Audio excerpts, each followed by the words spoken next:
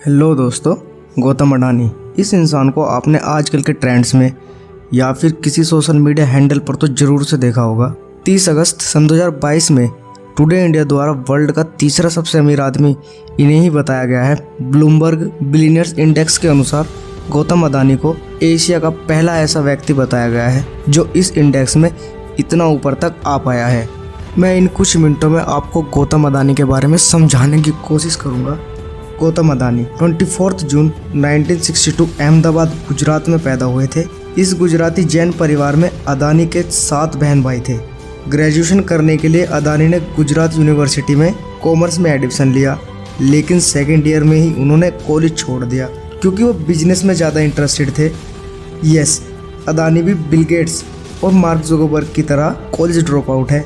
इसके बाद अडानी जी नई अपॉर्चुनिटीज़ के लिए मुंबई आ गए और वहाँ पर उन्होंने एक डायमंड की शॉप में नौकरी कर ली, लेकिन इस नौकरी से उन्हें पता चला कि वो बड़े आदमी नहीं बन सकते।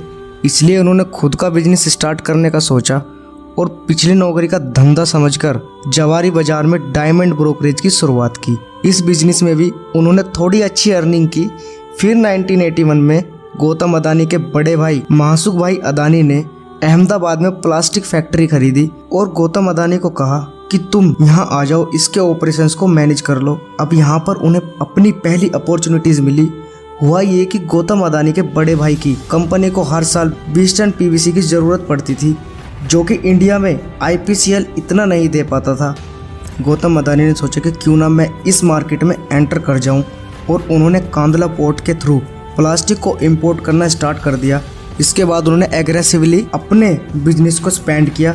1993 में गुजरात गवर्नमेंट ने प्राइवेट कंपनीज को अप्रोच किया था कि वो मुद्रा पोर्ट को ऑपरेट करे, और 1995 में अडानी ने इस कॉन्ट्रैक्ट को जीत लिया। और ये एक बहुत ही इम्पोर्टेंट पार्ट था अडानी जी की लाइफ का, क्योंकि आज भी ये इंडिया का सबसे बड़ा कॉमर्शियल पोर्ट है। और ये पोर्ट ऐसे ही बड़ा नहीं हो गया, इसके लिए अडानी जी ने काफ़ी मेहनत और स्ट्रेटजी यूज़ की थी। मुद्रा पोर्ट का कॉन्ट्रैक्ट जीतने के 1 साल बाद ही अडानी एनर्जी सेक्टर में भी आ गए, और आज ये कंपनी इंडिया की सबसे बड़ी पावर प्रोड्यूसर है। इतना ही नहीं, ये इंडिया की सबसे बड़ी सोलर प्रोड्यूसर भी है।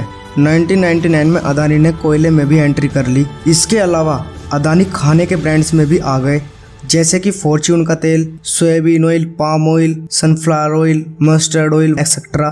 सन 2012 के बाद इनके बिजनेस में बहुत ग्रोथ दिखी, जैसे कि इनके मेगा बिजनेसेस में इंक्लूडेड 7 एयरपोर्ट्स हैं, जिनमें से मुंबई एयरपोर्ट भी इनका ही है।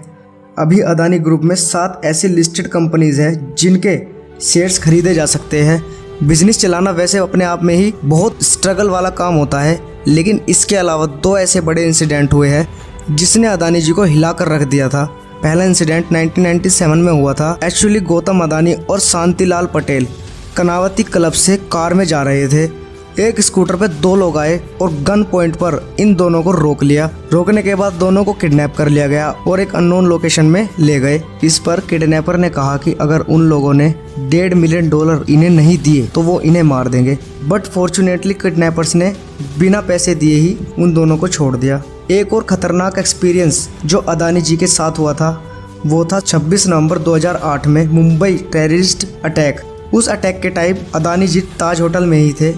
अडानी उस वक्त बेसमेंट में छिप गए। जब इंडियन कमांडोज ने सिचुएशन संभाली तो उस वक्त अडानी वहां से बच कर निकल गए। जब भी गौतम अडानी से इस इंसिडेंट के बारे में पूछा जाता है तो वो उसका जवाब नहीं देते हैं। इतने खतरनाक इंसिडेंट के बाद भी अडानी जी ने हार नहीं मानी। इसके बाद सन 2018 में कई सारे एयरपोर्ट्स को प्राइवेट किया गया, तो उससे जस्ट पहले एक रूल में चेंज किया गया था, और वो चेंज ये था कि जो भी कंपनीज एयरपोर्ट्स के लिए बिडिंग मतलब कि बोली लगाएगी, उनका पहले कोई प्रायर एक्सपीरियंस होना ज़रूरी नहीं है। और इसका सबसे बड़ा फ़ायदा हुआ अडानी जी को, क्योंकि उन्होंने उस समय बोली में 6 एयरपोर्ट्स जीत लिए। इसी तरह अडानी जी ने अपने बिजनेसेस को इतना बड़ा बना दिया कि आज वो वर्ल्ड के तीसरे सबसे रिच पर्सन की लिस्ट में आते हैं। तो दोस्तों, मेरे ओपिनियन में हमारे देश में बिजनेसमैन तो चाहिए ही, ताकि जॉब्स क्रिएट हो। इवन बाकी देशों में भी हमारे प्रोडक्ट्स होने चाहिए। इससे हमें और हमारे देश को ही बहुत फ़ायदा होगा। तो दोस्तों, वीडियो ख़त्म। अगर आपको वीडियो इन्फॉर्मेशन से भरी हुई लगी होगी तो वीडियो को लाइक करें। कुछ आपका ओपिनियन हो तो कमेंट करें और अपने दोस्तों में शेयर ज़रूर करें। Thank you for watching.